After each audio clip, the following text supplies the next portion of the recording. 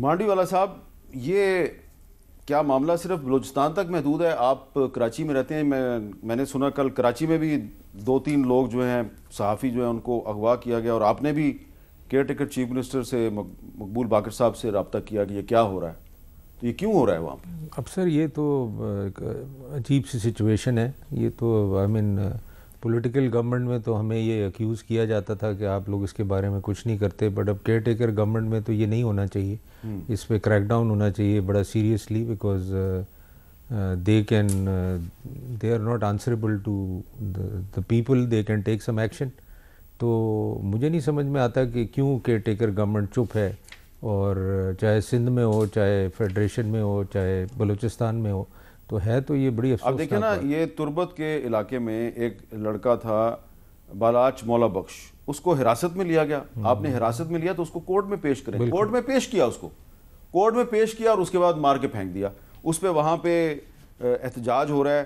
اب بلوچستان کی گورنمنٹ نے اس کا نوٹس تو لیا ہے، لیکن سوال یہ ہے کہ آپ نے ایک لڑکے کو گھر سے اٹھایا، پھر اس کو کورٹ میں پیش کیا اور پیش کر کے مار دیا. تو آپ کے خلاف کارروائی نہیں ہونی چاہیے؟ بالکل ہونی چاہیے سر. یہ تو بڑی سیریس چیز ہے، اور اس کو اگر ابھی چیک نہیں کیا جائے تو یہ تو پھر it will be out of control.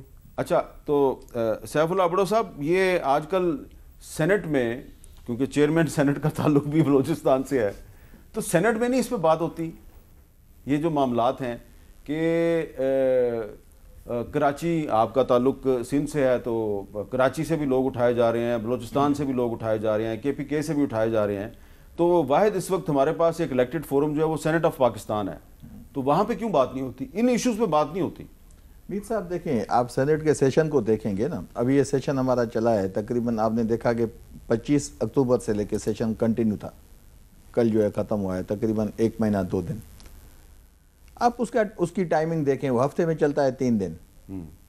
یہ جو عوام کو پتہ ہے نا کہ سینٹ کوئی بڑی بات ہے، آسمان سے کوئی آیا، ایکچولی تو بڑا ادارہ ہے، اپر ہاؤس ہے، اس کو کام کرنا چاہیے ہر ڈپارٹمنٹ میں بہتری کے لیے، کہ ملک میں یہ جو مطلب زیادتی ہو رہی ہے جہاں بھی، وہ نہیں ہونی چاہیے. لیکن سینٹ کام کرتا ہے ہفتے میں 3 دن.